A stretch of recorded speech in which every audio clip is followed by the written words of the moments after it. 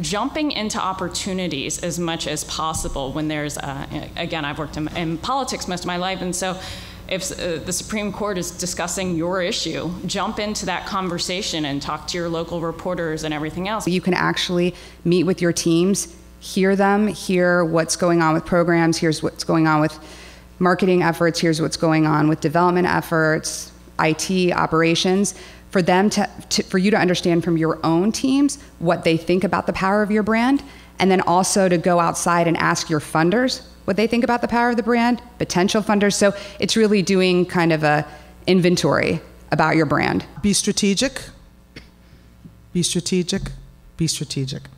Know what's happening, and then a 4-letter word that has escaped a lot of us, even those of us in the communication business: read.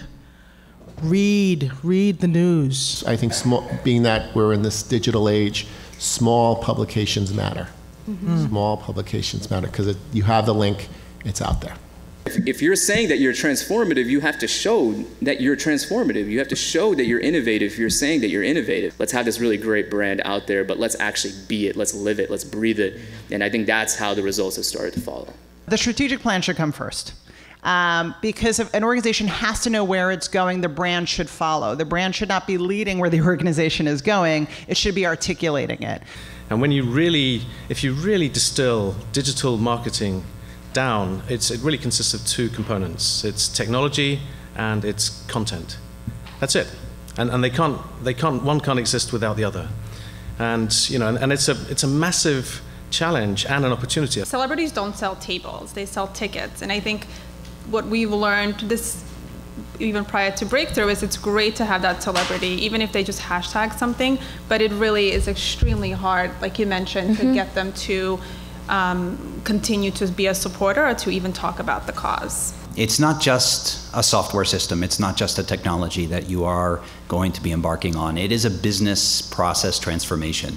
You will change a lot of the way you work, the roles at your organization will change based upon that, and you have to be ready for that. And that's a big thing that I see organizations that they're not quite ready. It really is about changing the way you do business, your culture shift, everything's going to change, not just what you see on the screen on your computer. Authenticity is huge for young people, so even if it's, if you're thinking about doing infographics or kind of fancy graphics, taking the time to make those actually usually isn't worth it. And sometimes when you're kind of scribbling a quote on a piece of paper, that's going to perform just as well on social channels for young people than kind of a fancy infographic will. So let's say you create this great emotional video, comes from the heart, touches the heart, you reach people, it's wonderful, and then there's not a clear brand on it, and people pass it around and they don't know who did it.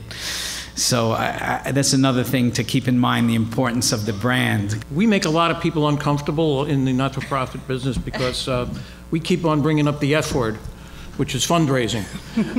We have a dinner coming up, we have a gala. We very seldom hear somebody say we have a fundraiser. But all of these things are fundraisers.